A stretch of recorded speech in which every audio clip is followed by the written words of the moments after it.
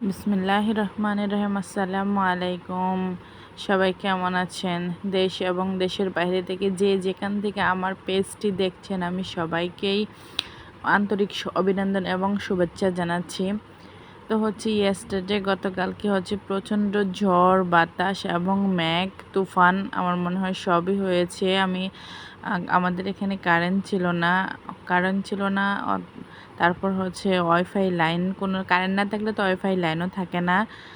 তো এখন কারেন্ট আসছে আজকে, যার জন্য আপনাদের মাঝে শেয়ার করা। প্রচণ্ড, তো আমি ভাবলাম আমাদের এখানেই যেহেতু এই অবস্থা, তাহলে অন্য অন্য জায়গায় জানি কেমন হয়েছে, সেটা উপরে আল্লাহই জানে। তো আজকে কারেন্ট আসার পরে টিভি ছেড়ে দেখলাম অনেক জায়গায় এই তুফান, ইসের জন্য অনেক ক্ষয়ক্ষতি হয়েছে মানুষের। তো কিছুই করার নেই, উপর আল্লাহ আমাদের যেভাবে রাখতে ইচ্ছা করেন উনি সেভাবেই আমাদেরকে রাখবেন। এতদিন দেখেন এত রোদ, একটু বৃষ্টি নাই, বাতাস নাই, কিছু নাই, কত ছটফট করেছি আমরা। দেখেন আল্লাহ তাআলা এক নিমিষেই দুনিয়াটা ঠান্ডা করে দিল। কি সুন্দর ঝড় তুফান হয়ে গেল। অনেক মানুষের অনেক ক্ষয়ক্ষতিও হয়েছে, এগুলো দেখেও মনের মধ্যে আফসোস লেগে গেল। তো কিছুই করার নেই, যাদের মন যেরকম, তারা মানুষের জন্য ভালোটা সেই রকমই চাবে। কিছু কিছু মানুষ আছে ফলো দেয়, আবার ফলোয়ারটা উঠিয়ে নেয়। আচ্ছা, যেটাই হোক, যার যার মানসিকতা। তো প্রচণ্ড বাতাসের মধ্যে আমি আমাদের গ্রিলের জানলার গ্রিল দিয়ে আমি ভিডিও করে আপনাদের মাঝে অল্প একটু শেয়ার করার চেষ্টা করলাম। তো আমার ছেলে বলতেছে যে আম্মু আস্তে আস্তে ফোনটা বাইরে পড়ে যাবে। দেখেন বাতাসের গতিগুলো খুবই অনেকটাই বেশি ছিল। তো আচ্ছা, যাই হোক, এই যে দেখেন আমি আপনাদের অল্প অল্প করে দেখানোর চেষ্টা করছিলাম। আমার মোবাইলে একেবারেই চার্জ ছিল না, জাস্ট 25% চার্জ ছিল। এটা দিয়েই অল্প অল্প করে ভিডিও করে রেখে দিছি। তারপর আস্তে আস্তে আমার ফোনটা এমনিতেই বন্ধ হয়ে গেছে।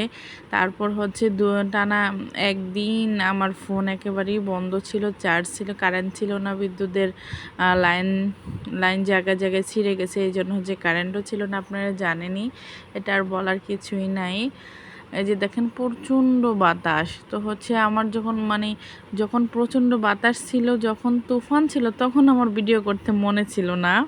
যখন তুফানটা একটু কমে গেছে বাতাস, তখন ভিডিওর জন্য আসলাম। তো এই পানিগুলো, যেহেতু কারেন্ট ছিল না, তো মোটরে আমরা টাঙ্কিতে পানিও দিতে পারিনি। এই পানিগুলা দিয়ে প্রয়োজনীয় যত কাজ ছিল সব শেষ করে শেষ করলাম। আর এখান থেকে আমরা বৃষ্টির পানি দিয়ে মূলত ডাল রান্না করি।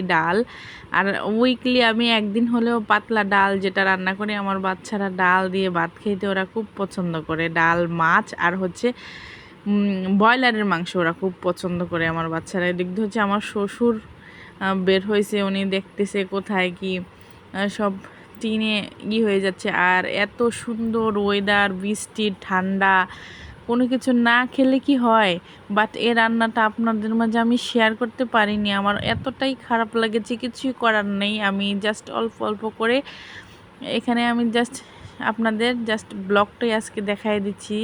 ভিডিওটা শুধু রান্নাটা শেয়ার করার মতো প্রসেস ছিল না, কারণ রান্না স্টেপ বাই স্টেপ রান্না করতে হয়, ভিডিও করতে হয়। তো আমার মোবাইলে চার্জ ছিল না, এই জন্য জাস্ট সংক্ষেপে আপনাদের দেখিয়ে দিলাম। এখানে আমি ভুনা খিচুড়ি রান্না করতেছি। 3 ধরনের ডাল দিয়ে বোনা খিচুড়ি আমি রান্না করছি। রান্নাটা ওটার মধ্যে কক মুরগির মাংস ছিল। আমি কক মুরগিটা ভালোভাবে রান্না করে সবগুলো মশলা উপকরণ এইখানে আমি অ্যাড করে নিয়েছি। এই খিচুড়ি রান্নাটা এত অসাধারণ হয়েছে। আমার ছেলেরা এমনিতেই অনেক, যারা পার্সোনালি আমাদেরকে যারা চেনে, আমার ছেলেরা বেশিরভাগ দোকানের খাবার দাবার খেতে বেশি ভালোবাসে।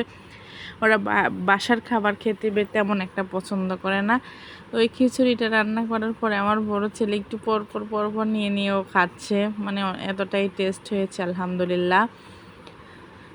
তো আমরা যেই জন্য আমরা কষ্ট করি, আমরা রেমিটেন্স জমাই, আমরা সঞ্চয় জমাই, যেটাই করি আমরা উপার্জন করি, সেটা আমাদের খাবারের জন্য, পেটের জন্য। তো এক প্লেট ভাত যদি আপনি তৃপ্তি সহকারে যে খাবারটা খেতে পারেন সেটাই আলহামদুলিল্লাহ। যে আমি এটা দমে রেখে দিয়েছি ঢাকনা দিয়ে আপনাদের দেখানোর জন্য আমি অন করলাম, এখন ঢাকনা দিয়ে ডেকে দিলাম। আর বাহিরে হচ্ছে প্রচণ্ড বাতাস, তো এই এত বাতাসের মধ্যে হচ্ছে উইন্ডো খোলার কোনো ওয়ে নাই, এত পরিমাণ বাতাস। তো তারপরেও আপনাদের একটু দেখাই দিলাম। দেখেন আমার খিচুড়ি রান্নাটা কি সুন্দর অ্যামেজিং একটা খিচুড়ি রান্না হয়ে গেছে।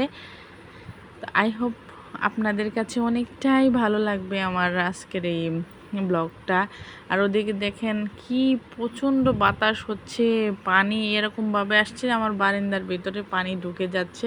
আর আমার ছোট্ট ছেলে ওইদিকে আমি কাপড় বৃষ্টির পানি দিয়ে কাপড় ধুয়ে তারপর হচ্ছে কাপড় ওখানে রেখেছি। আর আমার ছেলে দুষ্টুমি করে ওই পাটির ভিতরে যেয়ে বসে রয়েছে ওখানে। তো আজকের মতো এখানেই, আল্লাহ হাফেজ। সবাই ভালো থাকবেন, সবাই আমার জন্য দোয়া করবেন। ধন্যবাদ।